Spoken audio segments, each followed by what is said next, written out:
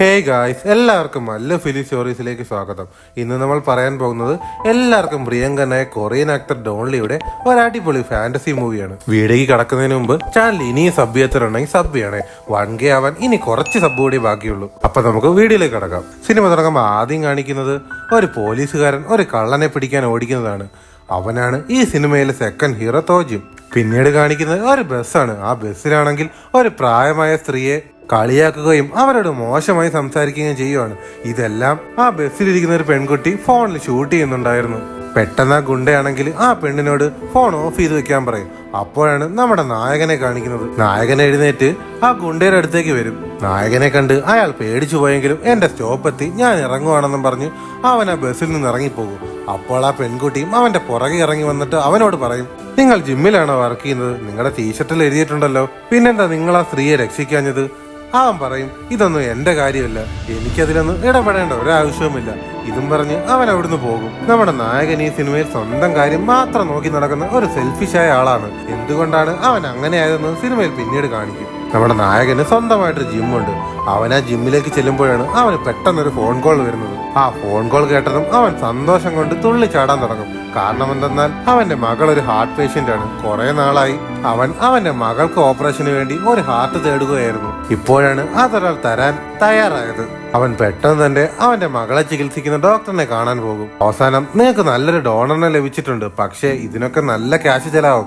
ഇത് കേട്ട് അവൻ പറയും, എന്ത് വന്നാലും കുഴപ്പമില്ല, ഈ ഓപ്പറേഷൻ നന്നായി നടക്കണമെന്ന്. പിന്നീട് കാണിക്കുന്നത് സെക്കൻഡ് ഹീറോയ തോജിമിനെയും അവന്റെ ഗേൾഫ്രണ്ടായ സിയോൻജിയുമാണ്. സിയോൻജി ആണെങ്കിൽ ഒരു മീൻകട നടത്തുവാണ്. അങ്ങനെ തോജിം അങ്ങോട്ട് വന്നതിന് ശേഷം അവർ രണ്ടുപേരും കൂടെ ഒരുമിച്ച് വീട്ടിലേക്ക് പോകുവാണ്. പിന്നീട് കാണിക്കുന്നത് നമ്മുടെ നായകനെയും അവന്റെ മകളെയുമാണ്. നായകന്റെ വൈഫാണെങ്കിൽ കുറച്ചു നാൾ മുമ്പ് ഒരു ആക്സിഡന്റിൽ മരിച്ചുപോയി. അതുകൊണ്ട് തന്നെ അവൻ ഒറ്റയ്ക്കാണ് ആ കുട്ടിയെ നോക്കുന്നത്. അങ്ങനെ അവന്റെ മകളെയൊക്കെ ഒരുക്കി അവൻ നേരെ സ്കൂളിലേക്ക് കൊണ്ടുവിടും. പിന്നീട് കാണിക്കുന്നത് പോലീസ് സ്റ്റേഷനിലേക്ക് ഒരാൾ കംപ്ലൈന്റ് തരാൻ വരുന്നതാണ്. അയാളെ പട്ടിക്കുട്ടിയെ കാണാതെ പോയി, അതുകൊണ്ട് പോലീസുകാർ കണ്ടുപിടിച്ചു കൊടുക്കണം പോലും. അങ്ങനെ തോജിം ആ പട്ടിക്കുട്ടിയെ അന്വേഷിച്ച് റോഡിലൂടെ നടക്കുമ്പോഴാണ് ആ കാഴ്ച കാണുന്നത്. അവിടെ ഹാർബറിൽ കുറെ പെണ്ണുങ്ങളെ കടത്തുവാണ്. ഈ സ്ഥലത്ത് മനുഷ്യക്കടത്ത് നടത്താറുണ്ടെന്ന് അവന് നേരത്തെ വിവരം ലഭിച്ചിരുന്നു. അതുകൊണ്ട് തന്നെ അവരെങ്ങോട്ടാ പോകുന്നതെന്ന് അറിയാൻ വേണ്ടി അവൻ ആ വണ്ടിയുടെ പുറകെ പോകും. അങ്ങനെ കുറച്ചു നേരം അതിന്റെ പുറകെ പോയി കഴിയുമ്പോൾ ആ വണ്ടി കാണാതെ പോകും. അപ്പോഴാണ് നമ്മുടെ നായകനും അവന്റെ വണ്ടിയും അവിടെ കിടക്കുന്നത് തോജിം കാണുന്നത്. രണ്ട് വണ്ടിയും സെയിം ആയതുകൊണ്ട് തന്നെ നമ്മുടെ നായകനാണ് ഇതെല്ലാം ചെയ്തെന്ന് കരുതി അവൻ ആ വണ്ടി പരിശോധിക്കണമെന്ന് പറയും. എന്നാൽ നമ്മുടെ നായകനാവട്ടെ, എന്റെ മകൾ വീട്ടിൽ ഒറ്റയ്ക്കുള്ളൂ, എനിക്ക് പോകണമെന്ന് പറഞ്ഞ് അവൻ അപ്പോഴേ വണ്ടി എടുത്ത് അവിടുന്ന് പോകും. പിറ്റേ ദിവസം രാവിലെ തോജിം റോഡിലൂടെ പോകുമ്പോഴാണ് നമ്മുടെ നായകനെയും അവന്റെ മകളെയും കാണുന്നത്. നായകന്റെ മകളാണെങ്കിൽ സ്കൂളിലേക്ക് പോകുകയാണെന്ന് കരുതി സ്കൂളിലെ തൊട്ടടുത്തുള്ള ഒരു ബിൽഡിങ്ങിലേക്ക് കയറി പോകുന്നത് തോജിം കണ്ടോണ്ട് നിൽക്കുമായിരുന്നു. എന്നിട്ട് ഇന്നലത്തെ പോലെ തന്നെ അവൻ ആ വണ്ടി പരിശോധിക്കാൻ വണ്ടിയുടെ അടുത്തേക്ക് വരും. അപ്പോഴാണ് നമ്മുടെ നായകൻ അവനെ കാണുന്നത്. നീ പിന്നെയും വന്നോ, നീ വലിയ ശല്യമായല്ലോ. ഇതെല്ലാം കേട്ടത് തോജിം അപ്പോഴേ അവിടുന്ന് പോകും. അങ്ങനെ അടുത്ത ദിവസം അവനൊരു ഷോപ്പിൽ സാധനം വാങ്ങാൻ വരുമ്പോഴാണ് ആ ഷോപ്പിന് ഓപ്പോസിറ്റ് ഒരു ബാറിൽ നിന്ന് കുറച്ചു പേര് ഇറങ്ങി വരുന്നത് അവൻ കാണുന്നത്. അന്നവൻ ആ ഹാർബറിൽ വെച്ച് കണ്ട അതേ ആളുകളായിരുന്നു അത്. എന്നാൽ അവർ പെട്ടെന്ന് തന്നെ കാറിൽ കയറി പോയത് കൊണ്ട് അവൻ അവരെ ഫോളോ ചെയ്യാൻ പറ്റിയില്ല. അങ്ങനെ അന്ന് രാത്രി തോജിം അവന്റെ ഫ്രണ്ടായ പോലീസുകാരനൊപ്പം വീട്ടിലേക്ക് പൊയ്ക്കൊണ്ടിരിക്കുമ്പോഴാണ് അവന്റെ കയ്യിലുണ്ടായിരുന്ന ആപ്പിൾ എല്ലാം തറയിൽ വീഴുന്നത്. അപ്പോഴാണ് അതേസമയം നമ്മുടെ നായകനും അവന്റെ മകളും അതിലേ വരുന്നത്. നായകന്റെ മകളാണെങ്കിൽ അവനെ നമുക്ക് ഹെൽപ്പ് ചെയ്യാന്ന് പറയുന്നുണ്ട്. എന്നാൽ അവനാവട്ടെ, നീ ഇങ്ങോട്ട് വാ എന്നും പറഞ്ഞ് കുട്ടിയെ വിളിച്ചോണ്ട് പോവാണ്. ഇത് കണ്ടതും തോജിൻ അവന്റെ ഫ്രണ്ടായ പോലീസുകാരനോട് പറയും, ഇയാളെ കണ്ടിട്ട് എനിക്ക് എന്തോ പന്തികേട് തോന്നുന്നുണ്ട്, ഇയാളാണ് ആ മനുഷ്യക്കടത്തിന് പിന്നിലെന്ന് എനിക്ക് നല്ല സംശയമുണ്ട്. എന്നാൽ അവന്റെ ഫ്രണ്ടായ പോലീസുകാരന് നമ്മുടെ നായകനെ അറിയായിരുന്നു. അവൻ പറയും, നിനക്ക് തോന്നുന്നതാവും, അവനെ എനിക്കറിയാം, അവനൊരു പാവമാണെന്ന് പറയും. അങ്ങനെ അടുത്ത ദിവസം അവൻ അന്ന് അവരെ കണ്ട ആ ബാറിന് മുമ്പിൽ അതേ ഷോപ്പിൽ പിന്നെയും പോയി നിൽക്കും. അപ്പോഴാണ് നമ്മുടെ നായകൻ അവിടെ നിൽക്കുന്നത് അവൻ കാണുന്നത്. നമ്മുടെ നായകനാണെങ്കിൽ ഫോണും വിളിച്ച് അങ്ങോട്ട് നടന്നു പോവുകയാണ്. ഇവനിത് എങ്ങോട്ടാ പോകണമെന്ന് അറിയാൻ വേണ്ടി തോജിം അവന്റെ പുറകെ പോകും. അപ്പോഴാണ് പെട്ടെന്ന് ഒരു പെൺകുട്ടി കരയുന്ന സൗണ്ട് അവൻ കേൾക്കുന്നത്. അതെന്താണെന്ന് അറിയാൻ വേണ്ടി അവൻ അങ്ങോട്ട് പോയി നോക്കുമ്പോൾ കണ്ടത് ഒരു പെൺകുട്ടിയെ കുറെ പേർ ചേർന്ന് അടിക്കുന്നതാണ് അവൻ കാണുന്നത്. ആ പെണ്ണിനെ അവർ പിടിച്ചോണ്ട് പോകുന്നതിന് മുമ്പ് അവൾ എന്തോ ഒന്ന് ആ ചെടിച്ചട്ടിയുടെ അടുത്തേക്ക് എറിയുന്നുണ്ട്. അങ്ങനെ അവൻ അവിടെ എന്താണ് സംഭവിക്കുന്നത് അറിയാൻ വേണ്ടി അവിടേക്ക് നിന്ന് ഒളിഞ്ഞു നിന്ന് നോക്കുമ്പോൾ കണ്ടത് എന്തോ പെൻഡ്രൈവിന്റെ കാര്യം പറഞ്ഞ് ആ പെൺകുട്ടിയെ ഉപദ്രവിക്കുകയാണ്. അതിനുള്ളിൽ നടക്കുന്ന കാര്യങ്ങളെല്ലാം ആ പെണ്ണ് ഫോണിൽ ഷൂട്ട് ചെയ്ത് അതൊരു പെൻഡ്രൈവിലാക്കി വെച്ചു. അതും കൊണ്ട് അവൾ അവിടുന്ന് രക്ഷപ്പെടാൻ പോകുന്നതിനിടയ്ക്കാണ് അവളെ പിടിച്ചത്. അതുകൊണ്ട് തന്നെ നമ്മുടെ തോജിം ആ പെൻഡ്രൈവ് എവിടെയെന്ന് ആ ചെടിച്ചട്ടിയുടെ അടുത്തേക്ക് പോയി നോക്കും. അപ്പൊ അവന് ആ പെൻഡ്രൈവ് കിട്ടും. അവൻ അതും കൊണ്ട് നേരെ പോലീസ് സ്റ്റേഷനിൽ ചെന്ന് അവന്റെ ഫ്രണ്ടായ പോലീസുകാരനോടൊപ്പം അതിരുന്ന് കാണും. ആ ക്ലബിൽ സ്ത്രീകളെ കടത്തുന്നതിനുള്ള എല്ലാ കാര്യങ്ങളും ആ വീഡിയോയിൽ ഉണ്ടായിരുന്നു. ഇതുടനെ തന്നെ മേലുദ്യോഗസ്ഥരെ അറിയിച്ച് നമുക്ക് ഇവരെ എല്ലാരെയും അറസ്റ്റ് ചെയ്യണം എന്നവൻ പറയും. പെട്ടെന്നാണ് അവനൊരു കോൾ വരുന്നത്. തോജിമാണെങ്കിൽ കുറെ നാളായി ഒരു വീട് വാങ്ങാൻ നടക്കുമായിരുന്നു. ആ വീട് തന്നെ വേണമെന്ന് അവൻ നല്ല വാശിയായിരുന്നു. അതുകൊണ്ട് തന്നെ അതിന്റെ കാര്യങ്ങൾ സംസാരിക്കാൻ വേണ്ടിയാണ് ആ വീട് ഓണർ അവനെ വിളിച്ചത്. പെട്ടെന്ന് തന്നെ തോജിമിന്റെ ഫ്രണ്ടായ പോലീസുകാരൻ അവനെ വിളിച്ചിട്ട് പറയും, നമുക്കൊരു എവിഡൻസ് കിട്ടി, നീ ആ ബിൽഡിങ്ങിന്റെ പാർക്കിംഗ് സ്ഥലത്തേക്ക് വാ എന്ന് പറയും. ഇതേ സമയം നമ്മുടെ നായകനാവട്ടെ കുട്ടിക്ക് വേണ്ട കളിപ്പാട്ടങ്ങളൊക്കെ വാങ്ങി വീട്ടിലേക്ക് പോകാൻ ഇറങ്ങുമ്പോഴാണ് അവന്റെ വണ്ടി അവിടെ കാണുന്നില്ല. നോ പാർക്കിങ്ങിൽ വണ്ടി പാർക്ക് ചെയ്തുകൊണ്ട് അവന്റെ വണ്ടി പോലീസുകാർ എടുത്തോണ്ട് പോയി. ഇതേ സമയമാണ് തോജിമു അതിലേ പോകുന്നത് നായകൻ കാണുന്നത്. ഓഹോ, അപ്പൊ ഇവൻ തന്നെ എന്റെ വണ്ടി എടുത്തോണ്ട് പോയതെന്ന് കരുതി നമ്മുടെ നായകൻ അവന്റെ പുറകെ പോകും. ഇതേ സമയം തോജിനാവട്ടെ അവന്റെ ഫ്രണ്ടിനെ തേടി ആ പാർക്കിങ്ങിന്റെ സ്ഥലത്തേക്ക് വെല്ലും. എന്നാൽ അവന്റെ ഫ്രണ്ടിനെ അവിടെയും കാണില്ല. കുറെ പേർ വന്ന് അവനെ അടിക്കാൻ തുടങ്ങും. ആ പെൻഡ്രൈവ് എവിടെ എന്ന് ചോദിച്ചുകൊണ്ടായിരുന്നു അവരെല്ലാരും അവനെ അടിച്ചത്. എന്നാൽ അവനാവട്ടെ അവിടെ നിന്ന് എങ്ങനെയൊക്കെ രക്ഷപ്പെട്ട് ഓടാൻ ശ്രമിക്കുമ്പോഴാണ് ഒരു കാറ് വന്നവനെ ഇടിച്ചിടുന്നത്. അപ്പോഴാണ് തോജിമിന്റെ ഫ്രണ്ടായ പോലീസുകാരൻ അങ്ങോട്ട് വരുന്നത്. അവനും വില്ലന്റെ കൂടെയുള്ള ആളായിരുന്നു. അവൻ വന്ന് അവരോട് പറയും, മെമ്മറി കാർഡ് മാത്രം വാങ്ങുമെന്നല്ലേ നിങ്ങൾ പറഞ്ഞത്, നിങ്ങൾ എന്തിനവനെ ഉപദ്രവിച്ചതെന്ന് അവൻ ചോദിക്കും. അപ്പോഴാണ് നമ്മുടെ തോജിമിന്റെ പുറകെ വന്ന നമ്മുടെ നായകൻ അവിടെ എത്തുന്നത്. അവിടെ എത്തുമ്പോൾ അവൻ കണ്ടത് നമ്മുടെ തോജിം തറയിൽ കിടക്കുന്നതാണ്. അവന് രക്ഷിക്കാനായി ഓടി അടുത്തേക്ക് വെല്ലുമ്പോഴേക്കും നമ്മുടെ നായകനെ തലയ്ക്ക് അവന്മാർ അടിക്കുന്നു. അപ്പോഴേക്കും പോലീസും ആംബുലൻസും ഒക്കെ വന്ന് അവർ രണ്ടുപേരെ ഹോസ്പിറ്റലിലേക്ക് കൊണ്ടുപോകുകയാണ്. നമ്മുടെ നായകന് വലിയ കുഴപ്പമൊന്നുമില്ല, ചെറിയ പരിക്കേ ഉള്ളൂ. എന്നാൽ തോജിമിനാവട്ടെ വണ്ടി ഇടിച്ച് തെറിപ്പിച്ചത് കൊണ്ട് തന്നെ അവൻ കോമ സ്റ്റേജിലേക്ക് പോയി. അപ്പോഴാണ് ആ കാഴ്ച കാണിക്കുന്നത്. അവൻ കോമയിലേക്ക് പോയപ്പോൾ അവന്റെ ആത്മാവ് അവന്റെ ശരീരത്തിൽ നിന്ന് പുറത്തിറങ്ങി ഇതെല്ലാം കണ്ടുകൊണ്ടിരിക്കുകയാണ്. എന്നാൽ അവന്റെ ആത്മാവിനെ ആർക്കും കാണാൻ സാധിക്കുന്നുണ്ടായിരുന്നില്ല. അവൻ എന്താ സംഭവിച്ചെന്ന് അവന് തന്നെ മനസ്സിലായില്ല. എങ്കിലും അവൻ എല്ലാവരുടെയും അടുത്ത് പോയി സംസാരിക്കാൻ ശ്രമിക്കുന്നുണ്ട്. അവന്റെ ഗേൾഫ്രണ്ട് ഹോസ്പിറ്റലിലേക്ക് വന്ന് അവന്റെ അവസ്ഥ കണ്ട് കരയാൻ തുടങ്ങും. എന്നാൽ അവൾക്ക് പോലും അവന്റെ ആത്മാവിനെ കാണാൻ സാധിച്ചിരുന്നില്ല. അങ്ങനെ അടുത്ത ദിവസം രാവിലെ നമ്മുടെ നായകന് ബോധം വരും. അവൻ ഹോസ്പിറ്റലിലൂടെ ചുമ്മാ നടക്കാൻ പോകുമ്പോഴാണ് തോജിമിന്റെ ആത്മാവിനെ അവൻ കാണുന്നത്. അവനറിയില്ലല്ലോ അത് ആത്മാവാണെന്ന്. അവൻ പറയും, ഇത് ശരി, നിനക്കൊന്നും പറ്റിയില്ലല്ലേ, നിന്നെ രക്ഷിക്കാൻ വേണ്ടി അവിടെ വന്ന എനിക്ക് ഈ അവസ്ഥ വന്നത്. എന്നിട്ട് നീയാണെങ്കിലോ ഒന്നും സംഭവിക്കാത്ത പോലെ ഇവിടെ ഓടി നടക്കോ ഇല്ലേ എന്ന് നമ്മുടെ നായകൻ പറയും. അപ്പോഴാണ് തോജിം അവനോട് പറയുന്നത്, ഞാൻ കോമയിൽ കിടക്കുവാണെന്നും ഇതെന്റെ ആത്മാവാണെന്നും അവനോട് പറയും. എന്നാൽ അവനാകട്ടെ ഇതൊന്നും കണ്ട് വിശ്വസിക്കില്ല. അപ്പോൾ തോജിം നേരെ നായകനെ വിളിച്ച് ഐസിയുയിൽ കിടക്കുന്ന അവന്റെ ശരീരം കൊണ്ടുവന്ന് കാണിക്കും. ഇത് കണ്ടതും അയ്യോ പ്രേതം എന്നും പറഞ്ഞ് നായകൻ ബോധം കെട്ട് താഴെ വീഴും. അങ്ങനെ കുറച്ചു നേരം കഴിഞ്ഞ് ബോധം വന്ന അവൻ കാണുന്നത് തോജിമിന്റെ ആത്മാവിനെയാണ്. അപ്പോൾ തന്നെ അവിടെ അടുത്തുനിന്ന് നേഴ്സിനോട് അവൻ ചോദിക്കും, നിങ്ങൾക്ക് ഇവിടെ നിൽക്കുന്നവനെ കാണാൻ സാധിക്കുന്നുണ്ടോ എന്ന്. എന്നാൽ നേഴ്സ് പറയും, അവിടെ ആരും ഇല്ലല്ലോ എന്ന്. തലക്കടി കൊണ്ടാണ് ഇങ്ങനെയൊക്കെ കാണുന്നത്, കുറച്ച് ദിവസം കഴിയുമ്പോൾ ഇതൊക്കെ മാറിക്കോളുമെന്ന് ആ നേഴ്സ് പറയും. അങ്ങനെ തോജിമാവട്ടെ നമ്മുടെ നായകനോട് സംസാരിക്കാൻ അവന്റെ പുറകെ നടക്കും. എന്നാൽ നായകനാവട്ടെ, എനിക്ക് പ്രേതത്തെ പേടിയ, നീ ഒന്ന് പോയെന്ന് അവനോട് പറയും. എന്നാൽ തോജിം പറയും, എന്നെ ഇപ്പൊ കാണാൻ പറ്റുന്ന ഒരേ ഒരാൾ നിങ്ങൾ മാത്രമാണ്. അതുകൊണ്ട് ഞാൻ പറയുന്ന ചില കാര്യങ്ങൾ ശ്രദ്ധിച്ചു കേട്ട് നിങ്ങൾ എന്നെ ഒന്ന് സഹായിക്കണം. എന്നാൽ നായകനാവട്ടെ അതിനൊന്നും തയ്യാറാകില്ല. പിന്നീട് കാണിക്കുന്നത് തോജിമിന്റെ ഫ്രണ്ടായ ആ പോലീസുകാരനില്ലേ, അയാൾ ഹോസ്പിറ്റലിൽ കിടക്കുന്ന അവനെ കാണാൻ വരുവാണ്. എന്നിട്ട് അവന്റെ ഗേൾഫ്രണ്ടിനോട് പറയും, അവന്റെ കയ്യിൽ ഒരു പെൻഡ്രൈവ് ഉണ്ട്, അത് കാരണമാണ് അവൻ ഇങ്ങനെയൊക്കെ സംഭവിച്ചത്.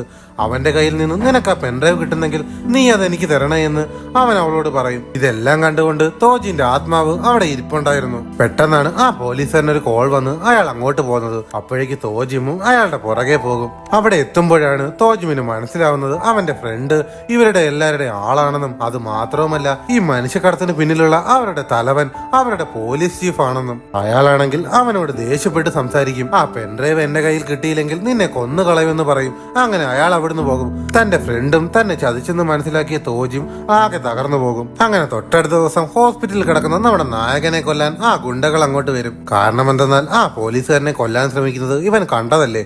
ഇവനൊന്നിനും ഒരു തെളിവുണ്ടാവാതിരിക്കാൻ ഇവനെയും കൊല്ലാനാണ് അവനിങ്ങോട്ട് വന്നത്. എന്നാൽ തോജിന്റെ ആത്മാവ് ഇത് കാണുകയും നായകനെ അവരാരും കാണാതെ ഒരിടത്ത് ഒളിപ്പിച്ചു നിർത്തുകയും അവൻ ചെയ്യുന്നു. പിന്നീട് കാണിക്കുന്നത് നമ്മുടെ തോജിമിന്റെ ഗേൾഫ്രണ്ടായ സിയോജിയാണ്.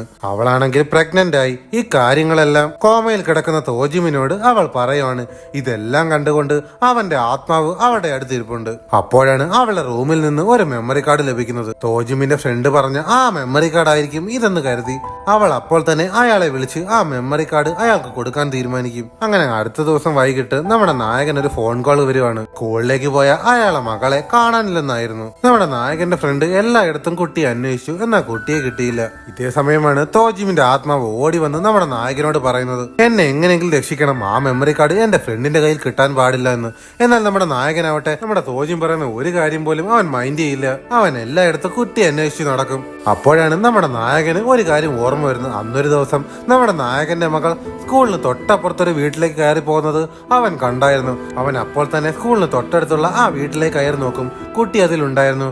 അവക്കാര്യം അവൻ നായകനെ അറിയിക്കും. നായകൻ കുട്ടിയെ രക്ഷിച്ച് ഹോസ്പിറ്റലിലേക്ക് കൊണ്ടുപോകും. എന്നാൽ ഡോക്ടർ പറയും ഇവളുടെ അവസ്ഥ കുറച്ച് ഗുരുതരമാണെന്നും എത്രയും പെട്ടെന്ന് ഹാർട്ട് സർജറി ചെയ്യണമെന്നും പറയും. അങ്ങനെ ആകെ സങ്കടപ്പെട്ട് നമ്മുടെ നായകൻ നിൽക്കുമ്പോഴാണ് നായകന്റെ അടുത്തേക്ക് തോജിൻ വരുന്നത്. അവൻ തോജിനോട് പണ്ട് അവന്റെ ഭാര്യ എങ്ങനെയാണ് മരിച്ചതെന്ന് പറയും. പണ്ടൊരിക്കൽ അവർ കാറിൽ പൊയ്ക്കൊണ്ടിരിക്കാൻ നേരത്ത് ഒരു ആക്സിഡന്റ് കണ്ട് നമ്മുടെ നായകൻ അവരെ രക്ഷിക്കാൻ പോകുവാണ്. ആ കാറിലുണ്ടായിരുന്ന ആൾക്കാരെ രക്ഷിക്കുന്നതിനിടയിലാണ് പെട്ടെന്നൊരു ലോറി നിയന്ത്രണം വെട്ടിവന്ന് അവന്റെ ഭാര്യയും കുട്ടിയും ഇരുന്ന കാറിലേക്ക് ഇടിക്കുന്നത്. അപ്പോൾ തന്നെ അവന്റെ ഭാര്യ മരിച്ചുപോയി. അന്നു മുതലാണ് അവൻ അവന്റെ സ്വന്തം കാര്യം നോക്കി തീരുമാനിക്കുന്നത്. അന്ന് അവൻ ആ ആക്സിഡന്റ് മൈൻഡ് ചെയ്യാതെ പോയിരുന്നെങ്കിൽ ഇന്നും അവന്റെ ഭാര്യ ജീവനോടെ ഉണ്ടാകുമായിരുന്നു എന്നവൻ പറയും. പിന്നീട് കാണിക്കുന്നത് തോജിന്റെ ഗേൾഫ്രണ്ടായ സിയോഞ്ചി അവന്റെ ഫ്രണ്ടായ പോലീസുകാരന് ആ പെൻഡ്രൈവ് കൊടുക്കുവാണ്. എന്നാൽ ഇതെല്ലാം കണ്ടിട്ട് തോജിന് ദേഷ്യം സഹിക്കാൻ കഴിഞ്ഞില്ല. അപ്പോഴാണ് പെട്ടെന്ന് ഡോക്ടർ വന്ന് സിയോഞ്ചിയോട് അവന് സീരിയസ് ആണെന്നും അവൻ അധികകാലം ഇനി ജീവിച്ചിരിക്കാൻ സാധ്യതയില്ലെന്നും അവളോട് പറഞ്ഞു. ഇതെല്ലാം കേട്ട് സങ്കടം സഹിക്കാൻ വയ്യാതെ അവൾ കരയാൻ തുടങ്ങും. അവർ ഒരുമിച്ചുള്ള പഴയ കാര്യങ്ങളൊക്കെ ആലോചിച്ച് റോഡിലൂടെ നടന്നുകൊണ്ട് പോകുമ്പോഴാണ് അത് സംഭവിക്കുന്നത്. കുറെ പേർ വണ്ടിയിൽ വന്ന് സിയോഞ്ചിയെ തട്ടിക്കൊണ്ടു പോകുവാണ്.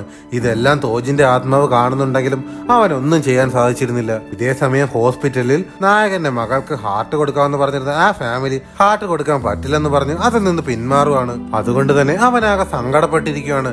ഇതേ സമയം ഇതെല്ലാം കണ്ടുകൊണ്ട് തോജിന്റെ ആത്മാവ് അവിടെ നിൽപ്പുണ്ടായിരുന്നു. ഈ അവസ്ഥയിൽ നിൽക്കുന്ന നായകനോട് അവൻ എങ്ങനെ സഹായം ചോദിക്കാനാണ്? എന്നാലും അവൻ നേരെ നായകന്റെ അടുത്ത് നിന്ന് കാര്യം പറയാന്ന്, എന്റെ ഗേൾഫ്രണ്ടിനെ കുറെ പേർ നിന്ന് തട്ടിക്കൊണ്ടുപോയെന്നും ഇപ്പോൾ അവളെ രക്ഷിക്കാൻ നിങ്ങൾക്ക് ഒരാൾക്ക് മാത്രമേ സാധിക്കുമെന്നും പറയുന്നു. എന്നാൽ നായകനാവട്ടെ ഇതൊന്നും മൈൻഡ് ചെയ്യുന്നില്ല. അങ്ങനെ അവർ സങ്കടപ്പെട്ട് തിരിഞ്ഞു നടന്നു പോകുമ്പോഴാണ് നായകൻ അവനെ വിളിക്കുന്നത്. ശരി, എന്ത് ചെയ്യണമെന്ന് നീ പറ, ഞാൻ അതുപോലെ ചെയ്യാമെന്ന് നായകൻ അവനോട് പറയുന്നു. അങ്ങനെ അവളെ കടത്തിക്കൊണ്ടുപോയ നമ്പർ അവൻ ഓർമ്മയുണ്ടായിരുന്നു.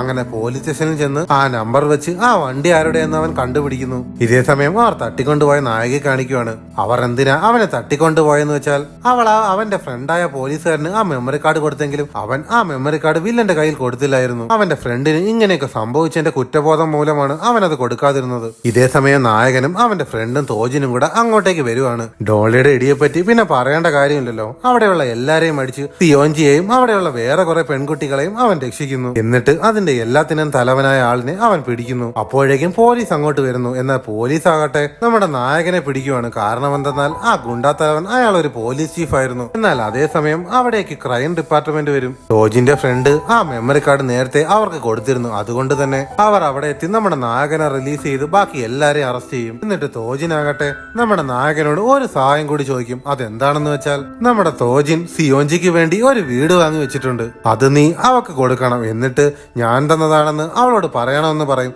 അങ്ങനെ നമ്മുടെ നായകൻ സിയോഞ്ചിയും കൂട്ടി ആ വീട്ടിലേക്ക് പോകും. എന്നിട്ട് ആ വീടിന്റെ താക്കോൽ അവൾക്ക് കൊടുത്തിട്ട് അവൻ നടന്ന കാര്യങ്ങളെല്ലാം പറയും. നിന്റെ ബോയ് ഫ്രണ്ടിന്റെ ആത്മാവിനെ എനിക്ക് കാണാൻ പറ്റുന്നുണ്ടെന്നും എല്ലാ കാര്യങ്ങളും പറയും. ഇതെല്ലാം കേട്ട് അവൾ കരയാൻ തുടങ്ങും. പെട്ടെന്ന് അവളുടെ മുമ്പിൽ തോജിന്റെ ആത്മാവ് നിൽക്കുവാണ്. അവൻ അവളോട് സംസാരിക്കാൻ തുടങ്ങും.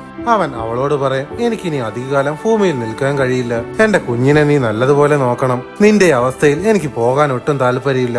എങ്കിലും എനിക്ക് ഇവിടുന്ന് പോയേ പറ്റൂ. ഞാൻ മരിച്ചതിന് ശേഷം എന്റെ ഹൃദയം നീ ജാങ്സുവിന്റെ മകൾക്ക് കൊടുക്കണം. അത് മാത്രവുമല്ല, ഞാൻ പോയതിനു ശേഷം എന്ത് സഹായമുണ്ടെങ്കിലും അയാളോട് ചോദിച്ചാൽ മതി, അയാൾ നിന്നെ സഹായിക്കുമെന്ന് പറയും. ഇതെല്ലാം കേട്ട് നമ്മുടെ നായക കരയുവാണ്. ഇതേസമയം ഹോസ്പിറ്റലിൽ കോമയിൽ കിടക്കുന്ന തോജിൻ മരിക്കുവാണ്. അപ്പോഴേക്ക് തോജിന്റെ ഹൃദയം നമ്മുടെ നായകന്റെ മകൾക്ക് വെക്കാൻ വേണ്ടിയുള്ള സർജറി നടക്കാൻ പോവുകയാണ്. പെട്ടെന്ന് അങ്ങോട്ടേക്ക് ഒരു ഡോക്ടർ വരും. എന്നിട്ട് ആ ഡോക്ടർ നായകനെ കണ്ടിട്ട് നിങ്ങളെ എവിടെയോ ഞാൻ കണ്ടിട്ടുണ്ടല്ലോ എന്ന് പറയും. അപ്പോഴാണ് നമ്മുടെ നായകൻ ഓർമ്മ വരുന്നത്, അന്നൊരു ദിവസം അവനൊരു ആക്സിഡന്റ് രണ്ടുപേരെ രക്ഷിച്ചില്ലേ, അതിലൊന്ന് ഈ ഡോക്ടറായിരുന്നു. നിന്റെ മകൾക്ക് ഒന്നും വരില്ല, എല്ലാം ഞാൻ നോക്കിക്കോളാമെന്ന് പറഞ്ഞ് ആ ഡോക്ടർ ഓപ്പറേഷൻ റൂമിലേക്ക് പോകുവാണ്. അങ്ങനെ അതെല്ലാം നന്നായി നടന്നു. പിന്നീട് കാണിക്കുന്നത് നമ്മുടെ നായകൻ ബസ്സിൽ പോകുവാണ്. സിനിമ തുടങ്ങുമ്പോൾ കാണിക്കുന്നില്ലേ ഒരു ഗുണ്ട ഒരു പ്രായമായ സ്ത്രീ ഉപദ്രവിക്കുന്നത്, അതുപോലെ തന്നെ ആ ഗുണ്ട പിന്നെയും അവരെ ഉപദ്രവിക്കുവാണ്. നമ്മുടെ നായകനാവട്ടെ എഴുന്നേറ്റ് വന്ന് അവനെ അടിക്കുവാണ്. ഇതെല്ലാം കണ്ടതും ആ ബസ്സിലുള്ള എല്ലാരും കൈയടിക്കുവാണ്. അതിനുശേഷം നമ്മുടെ നായകനാവട്ടെ എല്ലാവരെയും ഓടി നടന്ന് ഹെൽപ്പ് ചെയ്യുവാണ്. അപ്പോഴാണ് നമ്മുടെ നായകന്റെ മകള്